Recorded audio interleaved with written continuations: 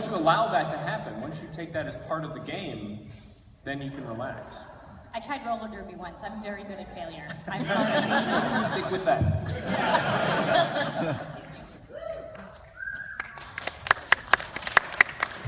Hi guys. Hi. Hey. Okay, so you guys all go to Second City, or you did, and I'd be really interested in learning what their base philosophy is. I know because like when I studied at Groundlings, they're very much character based, so I'd like to know Second City how that differs and what they really focus on for improv. If I can say, I think the difference is Second City is ensemble work and trying to make everyone else look good rather than showcase yourself. And then, yeah, just making everybody else look good is the real basics of it, of Second City, I feel. Yeah. That's why I went to Second City as opposed to going to another spot or doing any stand-up or any sort of like center self-focused comedy, because it's that the real joy for me comes in like knowing that this group of people has done something hilarious or something human, something fun. I had a workshop once, and we were going out to do the show, and the coach of the workshop, he goes, "All right, everybody, gather around. You're not funny, you're not funny, you're not funny, I'm not funny. We are hilarious. Let's go do a show." And I was like, that's pretty awesome. Yeah, I think Groundlings is one of those schools. I think almost any improv school you go to, the very first level is very similar. So it's just sort of foundations of improv scene work, establishing information. But the further you go in the Groundlings program, the more competitive it becomes. And I went through, from the second level to the third level, which is really the level where they start telling people not to come back to the school, I went through all of Second City. I had enough time because the waiting list was so long. And that was the place I wanted to go anyway. And it felt right to me to be doing ensemble work. So when I went into their writer's lab, my immediate thing was, I want to be the utility guy in this group. I enjoy that more. I like depending and being around people who are smarter and funnier than me, because what we build, to Mark's point, is going to be way better than any funny character or silly thing I come up with on my own. It's more gratifying work, I think. Yeah, same thing with Second City, because I did go to both, and I feel the same way. Like it just trying to find the right words. It was a lot more about building. The story was important, and that being honest and having honest, true life moments on stage, like what you were talking about earlier, just like having those honest moments on stage. Second City, I felt really pushed us to do that, to be real people in honest situations, and everybody worked together to build this beautiful story or this beautiful scene or kind of a mini play. Whereas it seemed like Groundlings, it's a lot of bigger characters that were the focus of the scene. And it was a lot of fast, short, quick games and stuff. But generally I find, and I'm not knocking it, that the Groundlings format in a very broad way is a funny character someone's come up with, and then everyone else kind of services that character. Yeah. Whereas Second City is more, everyone's got a character, and look how they interact. Yeah. Great, thank you. Just throw it. Hey, I understand with veterans, most of the time long form is preferable to a short form, but I was just kind of wondering if there are any short form games you guys feel like are just gold every time, produce the best results. I love short form improv. I have a blast doing it. I mean, it's popcorn. It's fun. And I used to do. There was a short form show at Disneyland that I did for a while, and we would just play games, and there was a game in that I love. I don't know if you guys have ever seen this. It's 5 Things. Yeah, it's a gibberish game. And before I got cast in the show, I went to watch the guys do it, and that game looks like short form games. So often look like they're like magic tricks. And that game is, I was like, I do not know how this magic trick works, but I cannot wait to find out. And that was one of the games they just drilled us on in rehearsals. Yeah, what is the game? The game is, there's a dry erase board behind me. I've got a list of 5 activities, and it's playing baseball. But instead of a baseball, it's a squirrel. Okay, it's a squirrel, and I'm playing with Michael Jackson. You know, so it's, you know, you're getting a million suggestions, and then the other players have to, through gibberish and physicality, get me to guess what I am doing, and what's different about it, and who I am with, and what I'm wearing, and all of the different elements of it. And it frequently involved dry erase markers, because we had them for the board, being used to draw all over bodies. And by the end, you would always need to hose down after a show, because you'll have a mustache or a wizard, you know, lightning bolt on your forehead. I'm confused about Disneyland. So It's like, well, kids, you want to go on Space Mountain or the Improv show? The Department of Untapped Hilarity. did you guys all ride like a 5-person bicycle out to the show? No, that's the Dapper Dans. We all rode individual bicycles that had speakers on the front to make them sound like Harleys. We would ride to the theater on those from backstage. And children would laugh and run behind you in anticipation. You would think, hey man, we had a following. Just not literally. Yeah, I love short form games. Anyone else? It's up to you. Yeah. Oh, yeah, because it was never going to make That's it. ensemble. That's ensemble play right there. This guy. Hi, I'm Teresa. I'm a founder of the Attention Deficit Players, and I also perform with the I Think group in Woodstock.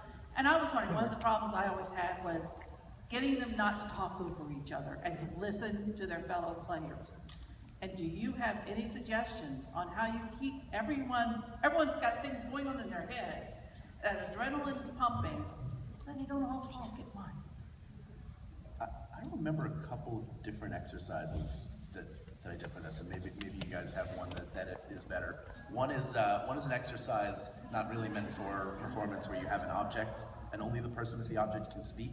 So it's not just about I have this stick, so I'm going to talk forever. It's I'm going to say what I have to say, and then I'm going to make eye contact with you, connect, and hand it to you, so that we're learning about give and take.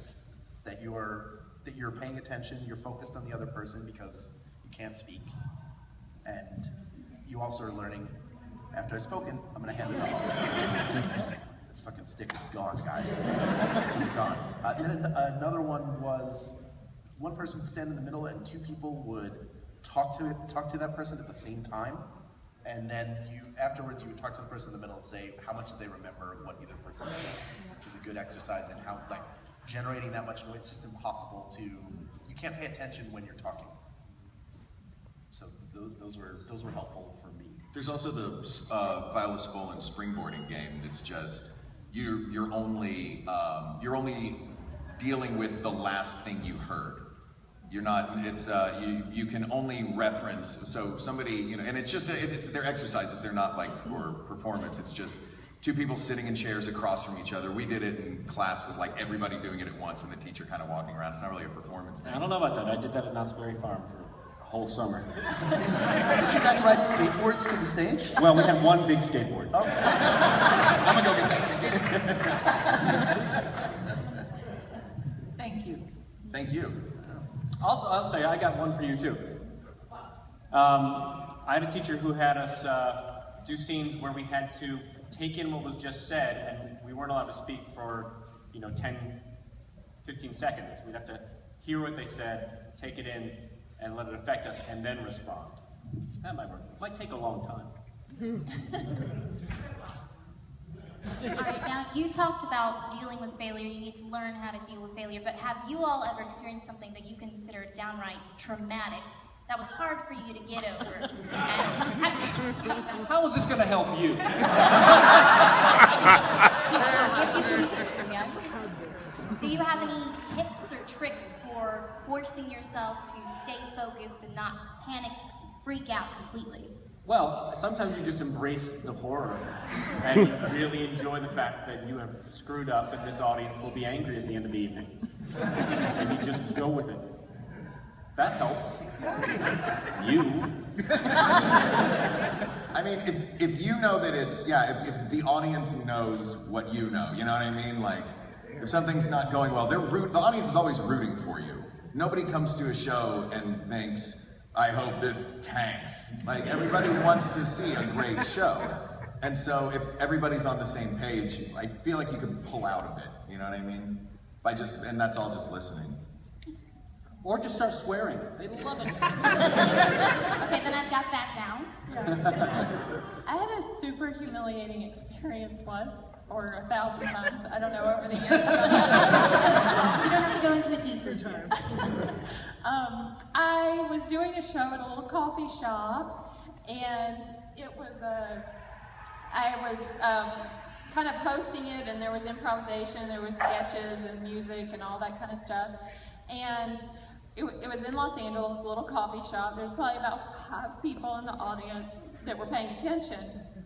And there was a couple, there was a kid on an iPad over at a table, and there was someone, eating a sandwich, and there was someone over on the other side reading the paper. And then behind me was a window out to the street where big trucks and cars would go by, and people would sit in the windowsill outside behind me performing.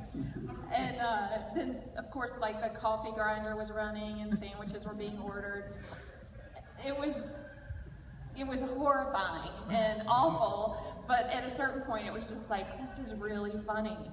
And this is hilarious that it's this bad, and this will be a great memory. But like they were saying, the audience that was there, they really wanted it to be great. So they were smiling, and they were clapping when there were opportunities every once in a while. So you start to feel like this human connection in failure. I had the opposite experience once. The new Blues, what's it called? House of Blues, opened in Chicago, and Dan Aykroyd was there, and he wanted some Second City people to come improvise before the concert. And so we cobbled together some people and went out there, and it's a beautiful space, and this giant curtain opens, and it's us in front of a band stand with no musicians. And we start playing games, because we weren't going to do long form for this crowd. It was a concert crowd who wanted to hear music. They wanted to hear really good down and dirty blues. And we were going, can we have a where? And they got verbally hostile, throwing things. And these were good improvisers too. This is seasoned professional improvisers. And the audience just wasn't having it. And I think we bailed. I think Dan was standing off in the wings. He wasn't improvising with us. But he was standing there dressed as Elwood. Watching from the wings, and I think we called it early, and we walked off past him completely defeated. And he said the nicest thing, which was and it wasn't him, it was Elwood. He said, "Pearls before swine."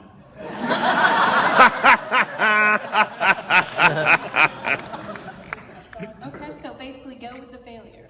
Got it. Yeah, embrace it, because there's success ahead. Yeah, everything you do improvising is ultimately disposable, unless you're Second City main stage and improvising to create scripted material. That's the thing. It's the great thing, and sometimes the rough thing when you have a really great scene. That all that is temporary, and when you embrace that, then the failure is not so bad. Written on water. Thank you. Written on water. Okay, sure. Hi there. First off, thank you for being here. Are you here for the convention? I just wandered in here. I woke up this way. I was wondering if you, any of you or all of you have any cardinal rules of improv, maybe one or two, or a list of things that you always keep in mind whenever you're working with other people or whenever you go on stage. Listen. Number one, for me. Just to add to that, I would say listen. That's exactly what I was going to say. That is what the thing I keep telling myself, is just clear your head, and the lady was asking that has the students that talk over each other, and all the suggestions were about listening to the last thing that was said. So just really trying to, I think, to stay in the moment and not get ahead of myself or in my head at all, and just listen for what my scene partner is saying and respond to that. I try to remember that my partner's ideas are always better than mine. I had a great teacher, Paul Sills. He founded Second City, and he was filled with, fortune cookie phrases that were great. One of them that he said that I loved was, never ask for a laugh. A laugh is a gift that an audience gives you when they recognize something human in what you just did. So I always think of that. It's a long fortune cookie. And weirdly specific to improvisers. I think a good thing to keep in mind when improvising is there's only the moment you're in and what has come before, rather than trying to think ahead strategically. The best stuff comes when you are 100% in the moment and honest. And everybody here is brilliant, but Jennifer in particular is really, like, what I love about playing with her in scenes is that I know whatever is thrown out there, she'll have a great reaction off of it because she's not trying to think of what's going to happen next. She's playing catch. She's accepting and then tossing. Yeah, if you start planning the scene while you're in it, you're really sunk, and everything will get all plotty, and the work is more about, and we're talking about long form. The work is about the human interaction and the way the characters respond to each other. And if you start going like, all right, so I think I can probably arrange it so there's a massive squirrel attack in the scene. It'd be really fun. So I'll make that happen. If you do that, you're sunk. Jen, you once improvised. I love watching her improvise. She improvised listening to a monologue, and it was hilarious. It's just. It was one of the funniest things I've ever seen, was just Jen listening to a monologue. She never said a word, but I know exactly what the monologue was about. And how she felt about this person, and yeah, it was a lot of fun. Do you remember she used to she used to do a thing, we were in a sketch group together, and she would have a thing to herself called Kelly's Corner, where she would get a word and then improvise a character monologue, but the mistake people make in improvising a monologue, and sometimes that carries over into improvising as well, is you don't allow the other person to speak. You just have these are all my character things that are witty, but you always got the sense of a conversation, and the emotional turns she did were honest because she was listening to this invisible person who was on the other end of the conversation. Which was just a voice in her crazy head. Yeah, absolutely. She was wise.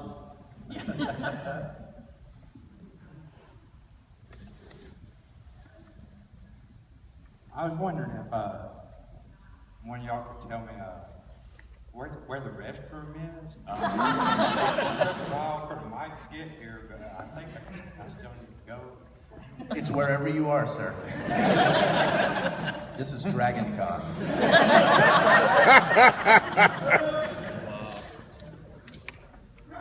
Do you have a follow-up? May I be excused? All right. Yes, you may be excused. Pass that mic.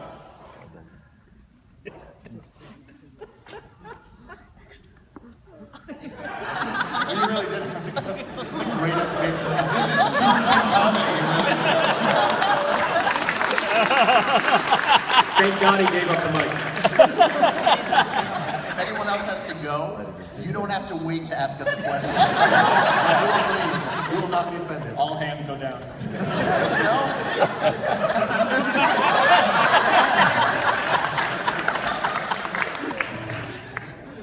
Hi, I was wondering, I know a lot of you guys have done audio-based improv, radio improv and things like that. What are some of the main differences in doing a show that you literally, lose all your physicality and you're just behind the mic? One thing I love about doing audio improv, I've done some stuff with Super Ego. I don't know if any of you guys have ever listened to the Super Ego show. Those guys are fantastic, and it's such a fast-paced thing. But in the recording, a scene that's 3 minutes long on an episode can take 45 minutes because everybody is it's that sort of hyper listening. You have the ability to really focus on everyone. You don't have to worry about the physicality so much. So it's actually kind of freeing, I think, to be able to do that. I would say the other thing though is when you're audio acting, you're still using your body. You're not, that comes through, I think, in voice acting. But also, maybe if you're improvising, like I've done some stuff for radio, you maybe have to be a little bit more labely about things that are going on because the audience can't see what you're doing. But Mark and I both did some work for Venture Brothers, where they, like, you don't know when you go in for something whether you're going to be encouraged to improvise or not, but Jackson Public was totally fine with it, and that's just an opportunity to play, but it's still, the physicality is there. If you're not building a character, you're not going to be able to improvise effectively. Anyone? Shut that one down, right? Oh! I didn't know it was going to me. Alright, so part of this question is already kind of answered, but I haven't had any real formal training when it comes to improv, just theater and doing improv games while in theater. And one thing that I seem to really have a big problem on is when it comes to actual group work. And I know you guys talk about listening and stuff like that. And I just don't know if I suck at working with groups and improving. Do you mean a group scene? Yeah, like when we're trying to do group stuff. I don't know if I just suck working with an ensemble, or if we just all suck. We just don't know. Well, what kind of sucky are you? Are you too quiet? Are you too bold? Are you just not funny?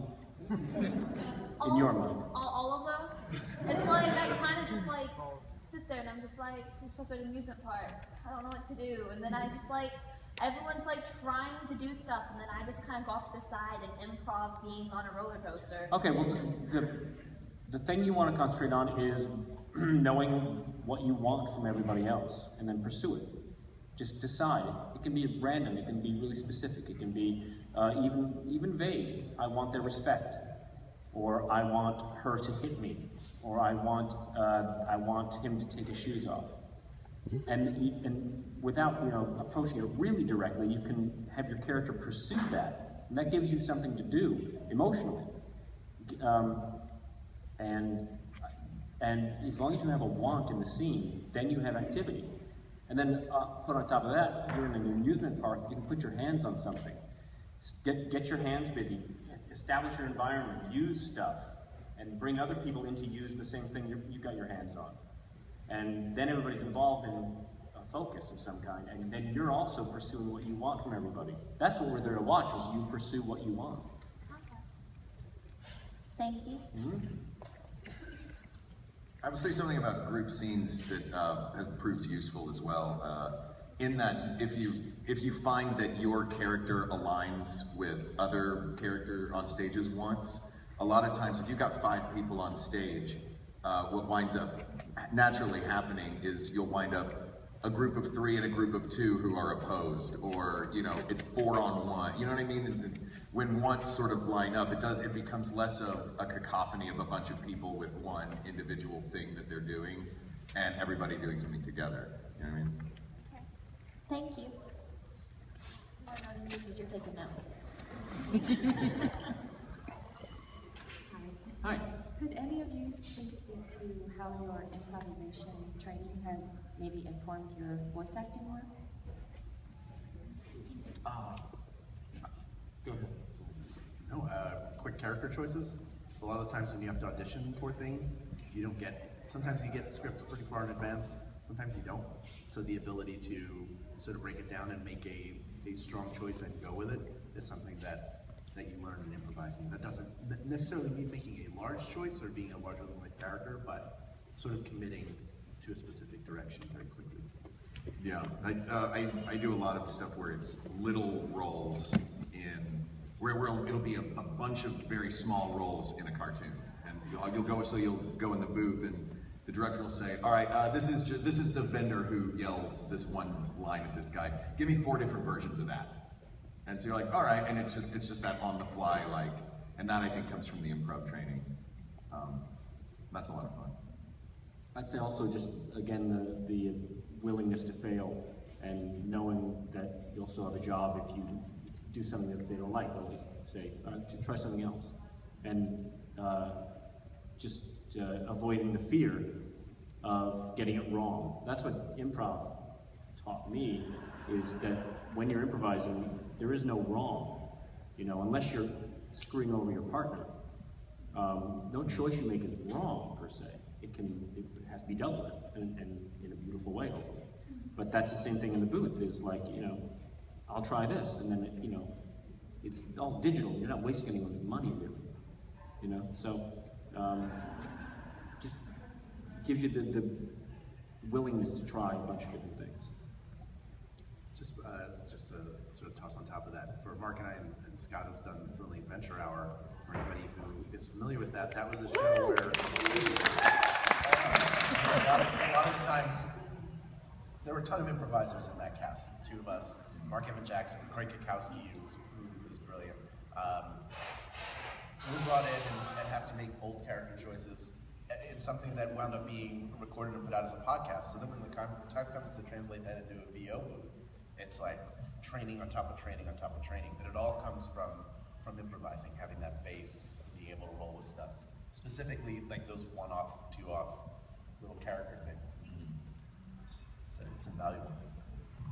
I think it helps with your imagination too, because sometimes if you're doing voiceover, you might be in the room by yourself.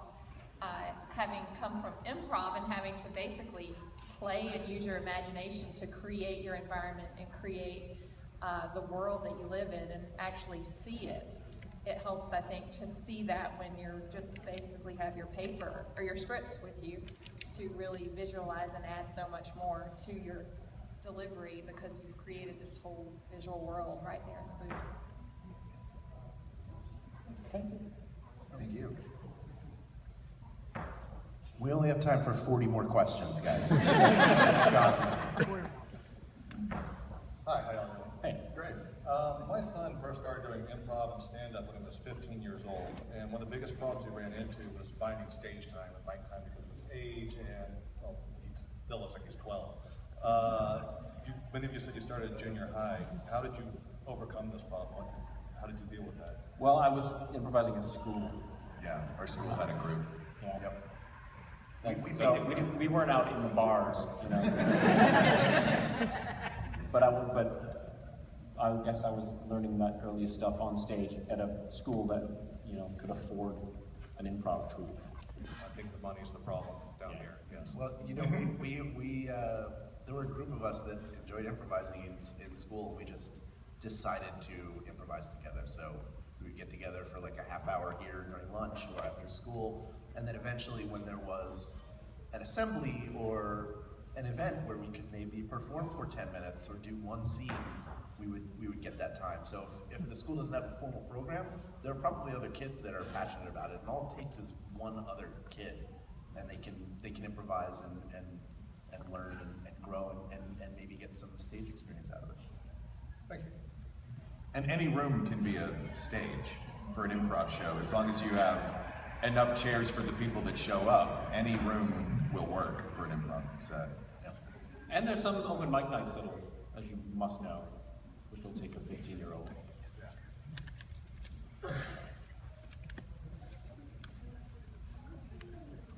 Everybody over here is young. I like that you acknowledge that they were looking at immediately. I thought for sure you were going to go, your time will come. Oh, he was doing a loop around. My question relates to, you guys were talking about, it doesn't have to be comedy. I am a combat vet, I have PTSD, and I do stand-up, I do podcasting, things like that. I try to be an advocate for it. How can I make something like that relatable to an audience who has no experience with it, and try and convey some of that, but still be entertaining and not just kill the mood? I didn't hear what you were talking about. I'm sorry. I have PTSD, I'm a combat vet, and I do stand-up, I do podcasting, things like that. How can I bring that kind of, how can I make something like that relatable to an audience who has no background with it, and still, you know, just not kill the mood and still keep it fun in an improv setting? Well, first of all, thank you for your service. Yeah. Amen.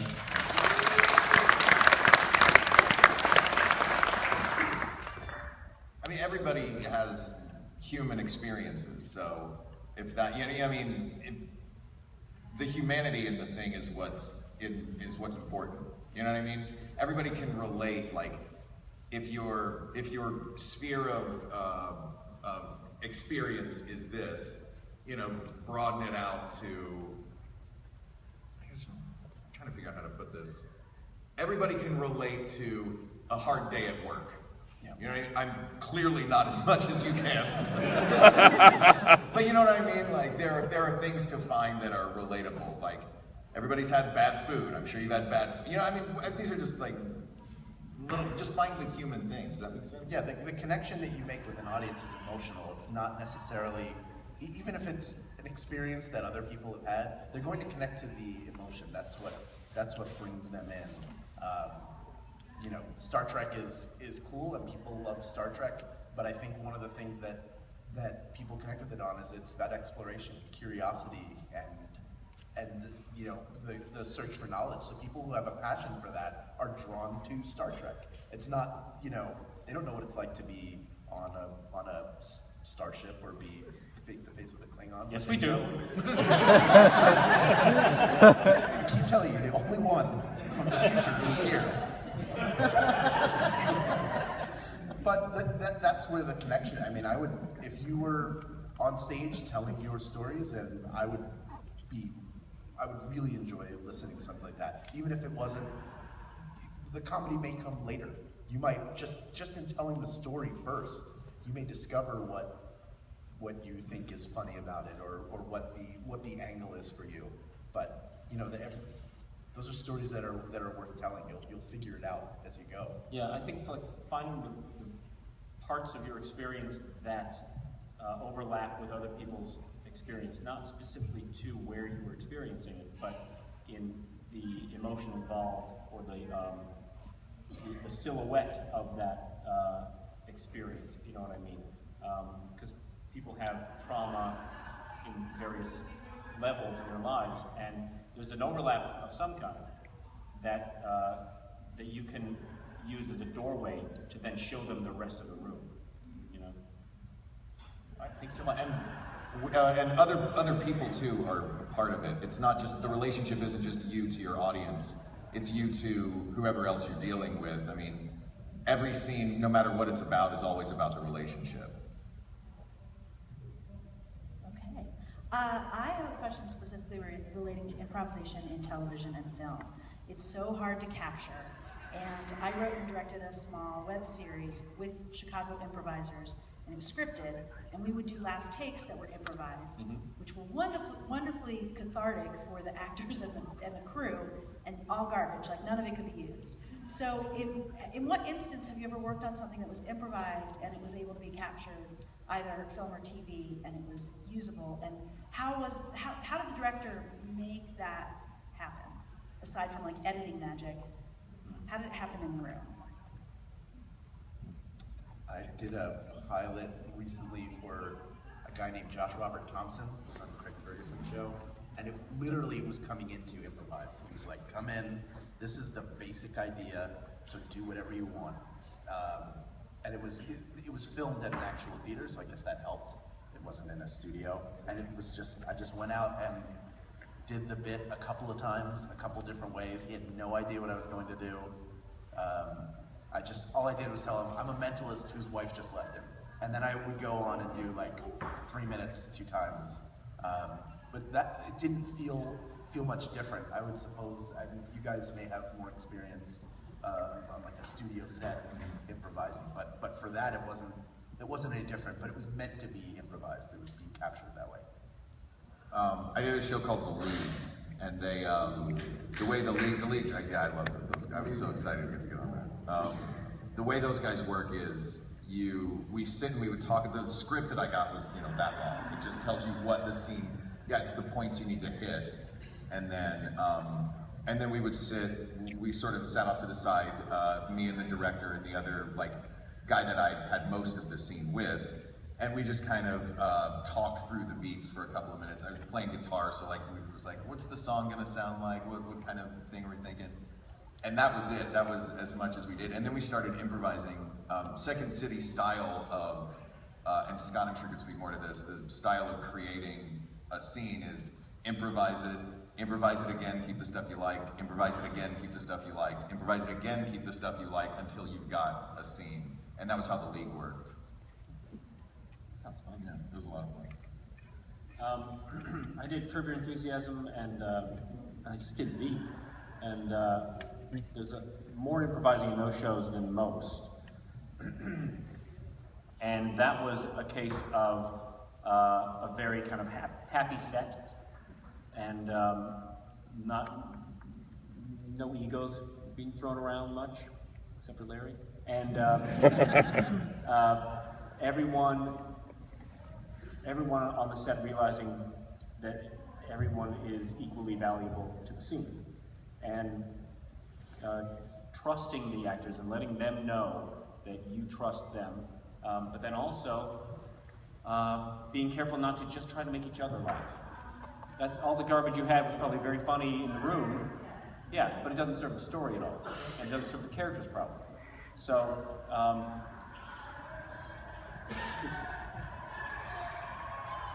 I've never seen Warehouse 13, but it must be a great show.